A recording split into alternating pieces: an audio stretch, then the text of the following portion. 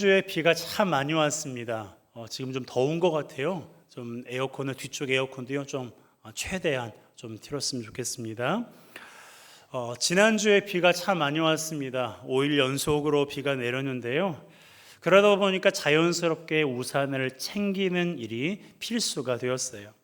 그런데요, 이틀째인지 3일째인지는 제가 기억이 안 났지만 새벽 예배를 마치고 운동을 가려고 하는데 이상하게 오늘 아침에 비가 안 오는 거예요. 그런데 하늘은 먹구름이 넓게 펴져 있었습니다. 그럼 어떻게 해야 돼요? 우산을 챙겨야 돼요? 챙기지 말아야 돼요? 혹시 모르니 챙겨야 되겠죠. 어제도 그제도 비가 많이 왔으니까. 하지만 운동을 마치고 집에 오는 동안 비가 오지 않았습니다. 당연히 우산을 펼칠 일도 없었어요.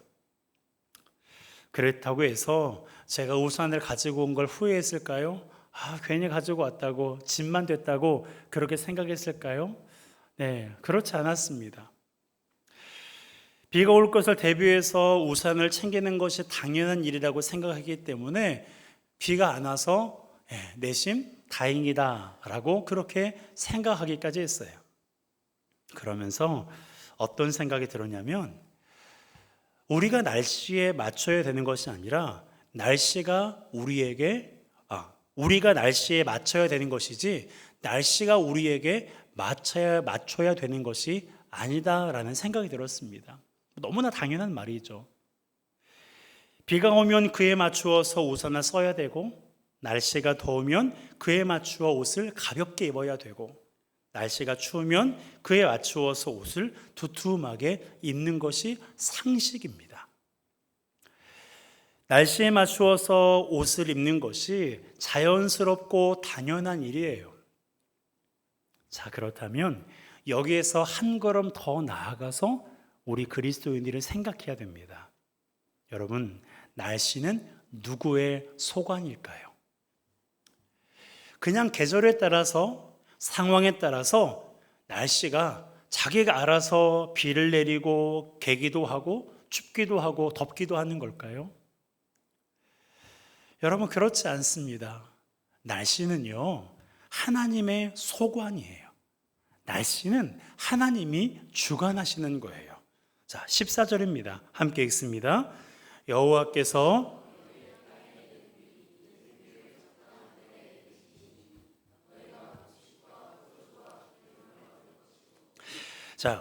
우리가 사는 땅에 이른 비와 늦은 비를 적당히 내리시는 분이 누구라고요?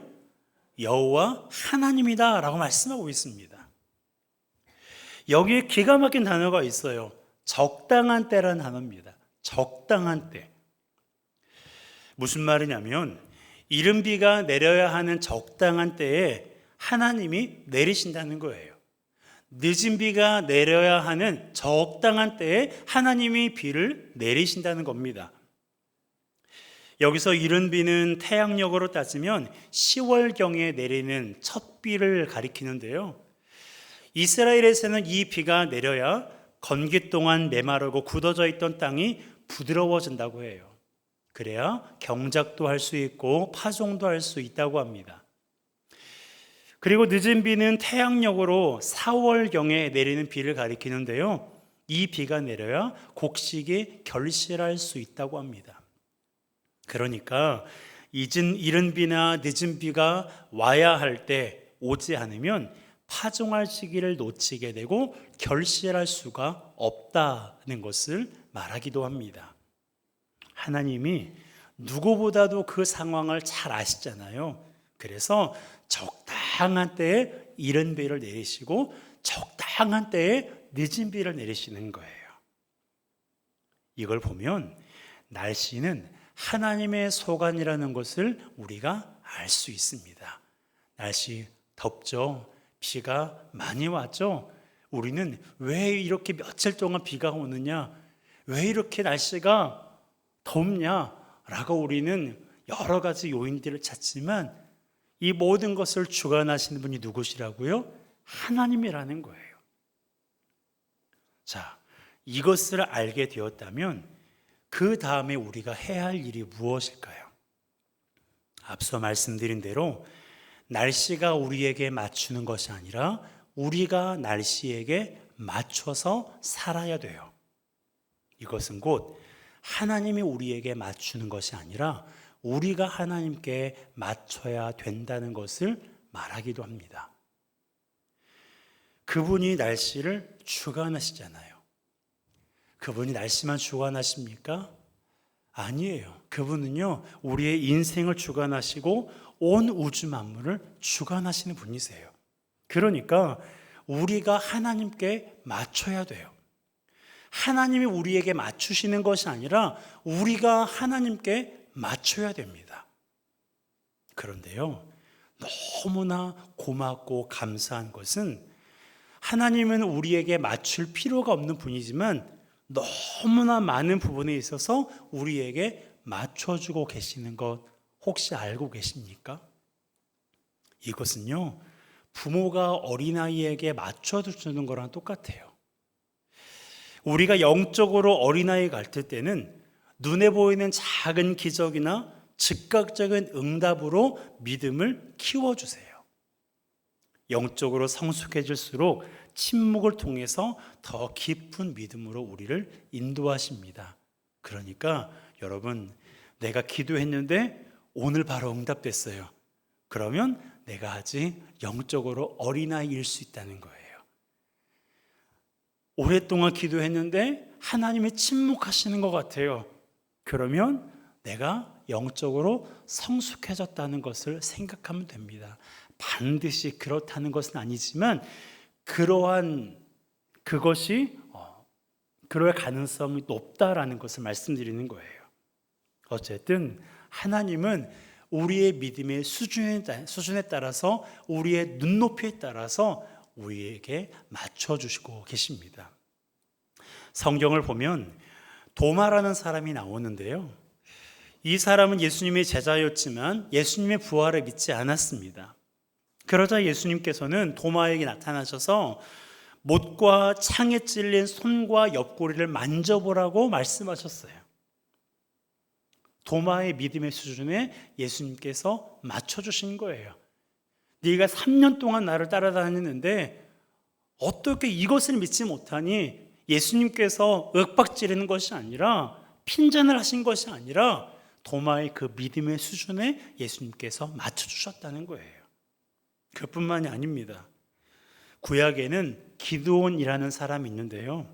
이 사람은 하나님의 음성을 선명하게 들었음에도 불구하고 그 말씀을 믿지 못했어요.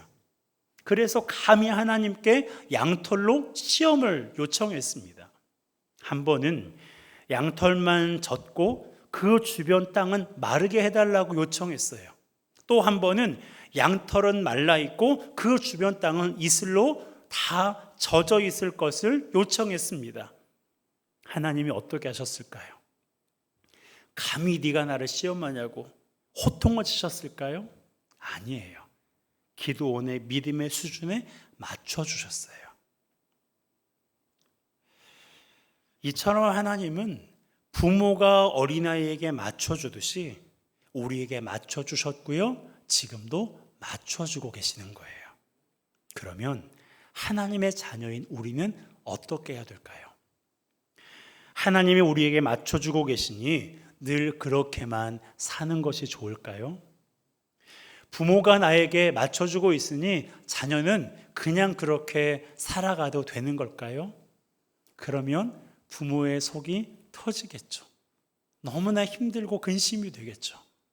성장하면 그에 맞게 부모의 마음을 좀 알아줬으면 좋겠고 내심 부모에게 맞춰줬으면 좋겠다는 그런 마음이 있지 않습니까?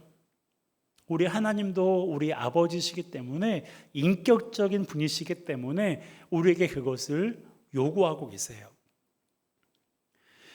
그러기에 우리에게 맞춰주시는 하나님께 항상 감사하는 마음을 가져야 되고요. 하나님께 맞추려고 노력해야 돼요. 그것이 성숙한 그리스도인의 모습입니다. 언제나 하나님이 나에게 맞춰주시기를 바라는 것이 아니라 내가 하나님께 맞춰가는 삶을 살아가기를 위해서 더 노력해야 된다는 거예요. 그렇다면 하나님께 맞춘다는 것이 어떤 것일까요? 여러분, 하나님께 맞춘다는 것은요, 그분이 말씀하시는 것을 경청하고 그 말씀대로 살아가는 거예요. 그것이 하나님께 맞추는 거예요. 하나님의 눈치를 보라는 게 아니고요, 하나님은 이미 성경을 통해서 우리에게 분명하고 선명하게 말씀하셨기 때문에 그 말씀 우리가 읽고 깨닫고 그 말씀대로 살아가기 위해서 애쓰는 것이 바로 하나님께 맞추는 삶입니다. 여러분, 하나님께 맞추는 삶을 살아가시기 바랍니다. 우리가 오랫동안 신앙생활을 해왔고 하나님이 나에게 베푸신 은혜가 크다는 것을 우리가 알고 있다면 어린아이 신앙에 머무르는 것이 아니라 좀 더 청소년의 믿음, 어른의 믿음, 장성한 분량까지 우리가 자라나야 되지 않겠습니까? 하지만 하나님께 맞추는 것, 다시 말하면 하나님의 말씀을 경청하고 그 말씀대로 살아가는 것이 쉽지 않다는 것을 오랫동안 신앙생활을 해오면서 아마 아셨을 거예요. 그러다 보니 적당히 맞추려고 하기도 하고요, 아예 맞출 생각이 없기도 해요. 그런데요, 그거 아세요? 하나님께 맞추는 것이 모든 사람에게 어려운 것은 아닙니다. 하나님께 맞추는 것, 그분의 말씀대로 살아가는 것이 참 어렵다, 힘들다라고 많은 사람들이 느끼고 있지만 어떤 사람에게 있어서는요, 그것이 그렇게 어렵지 않은 사람도 있어요. 하나님께 맞추는 것이 말처럼 쉬운 사람도 있다는 겁니다. 어떤 사람이라고 생각하세요? 어떤 사람이 하나님께 맞추는 것을 어렵다고 생각하지 않는 것일까요? 여러분, 그가 누구냐면 하나님을 사랑하는 사람이에요. 하나님을 사랑하는 사람입니다. 자, 13절이에요. 함께 읽겠습니다. 내가 오늘 너희에게 명하는 내 명령을 너희가 만일 청종하고 너희 하나님 여호와를 사랑하여 마음을 다하고 뜻을 다하여 섬기면, 여기에 보면 실천을 강조하는 세 개의 단어가 기록되어 있습니다. 청종하다, 사랑하다, 그리고 섬기다라는 단어예요. 자, 여러분들 보시기에 이 세 개의 단어 가운데 어떤 것이 가장 중요한 것처럼 생각되어집니까? 청종하다, 사랑하다, 섬기다. 어떤 단어가 가장 중요하다고 보이세요? 정말 그렇게 보이세요? 사랑하다라가 보이십니까? 네, 맞습니다. 사랑하다라는 말이 이 말씀 가운데서 가장 중요한 단어예요. 왜냐하면 사랑해야 청종할 수 있고요, 사랑해야 섬길 수 있거든요. 물론 사랑하지 않아도 가능하긴 합니다. 직장에서 또한 내가 속한 공동체에서 내가 사랑하진 않지만 해야 되기 때문에 의무감으로 하는 경우도 많거든요. 하지만 하나님과 우리와의 관계 속에서는요, 사랑하지 않으면 아무것도 할 수가 없어요. 우리가 마음을 들이지 않으면 하나님께서 받지 않으시거든요. 우리가 이렇게 시간을 내서 하나님을 예배하고 있잖아요. 예배하고는 있는데 이 시간 나의 마음을 하나님께 쏟지 않으면 우리는 시간 낭비하고 있는 거예요. 우리가 하나님께 무언가를 눈에 보이는 어떤 봉사를 하든 구제를 하든 무언가를 하고는 있어요. 사람들 보기에는 하는 것처럼 보이지만 실상 나의 마음은 하나님께 드리지 못하고 있다면 그것은 하나님께서 받지 않으십니다. 여러분, 하나님은요, 우리 마음의 중심을 보시는 거예요. 사람들은 우리가 하는 그 행동 자체를 보지만 하나님은 우리의 마음의 중심을 보세요.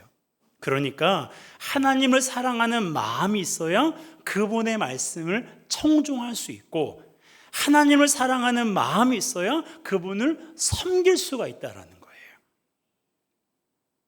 여러분, 하나님을 사랑하는 사람에게도 청종도 섬기는 것도 쉬운 일이에요. 하나님을 사랑하면 하나님 말씀을 듣는 것, 하나님을 섬기는 것 쉬운 일뿐만 아니라 너무나 기쁜 일이고요, 너무나 영광스러운 일이 되는 거예요. 그러니까 우리는 하나님을 적당히 사랑하면 지치거든요. 적당히 사랑하면 하나님의 말씀을 듣는 둥 마는 둥해요. 이 말씀은 내가 좀 부담스러우니까 제껴두고, 저 말씀은 나와 상관없는 말씀이니까 순종하지 않은 그런 모습으로 우리가 변질되기 쉽습니다. 그런데요, 하나님을 열렬히 사랑하는 사람은 하나님께서 무엇을 말씀하시든 그 말씀대로 살아가고 하나님을 적극적으로 섬기게 되는 거예요. 동건이가요, 토요일에 정릉 할머니 집에 가는 걸 좋아해요. 할머니 집에 가는 게 왜 좋냐고 물어보니까 거기가 낙원이래요. 거기가 천국이래요. 모든 것이 용납되거든요. 콜라 먹는 것도 용납되고, 영화 보는 것도, 물놀이 하는 것도, 늦잠 자는 것도 집에 있으면 빨리 자라, 공부해라, 콜라 먹으면 안 된다. 그런데 정릉 할머니 집에 가면 모든 것이 다 허용되거든요. 여러분, 할머니, 할아버지가 용납해주는 이유가 뭐예요? 사랑하기 때문이잖아요. 사랑하니까 다 들어주고, 사랑하니까 다 해주는 거지 않습니까? 어제는요, 어머니께서 다리도 아프시고 주일 아침 일찍 오셔서 삼계탕을 끓여야 되기 때문에 교회에서 주무시고 싶었어요. 그런데 자꾸 동건이가 정릉에 가재요. 그래서 어쩔 수 없이 전철을 타고 집에 가셨어요. 여러분, 사랑하니까 가능한 거잖아요. 사랑하니까 힘들어도 맞춰주고, 사랑하니까 돈 쓰는 것도 아깝지 않고, 사랑하니까 함께 시간 보내는 것이 좋고, 사랑하니까 눈물도 나는 거예요. 여러분, 하나님이 우리를 사랑하시니까 우리 수준에 맞춰주시듯 우리가 하나님을 사랑해야 그분께 맞출 수가 있는 거예요.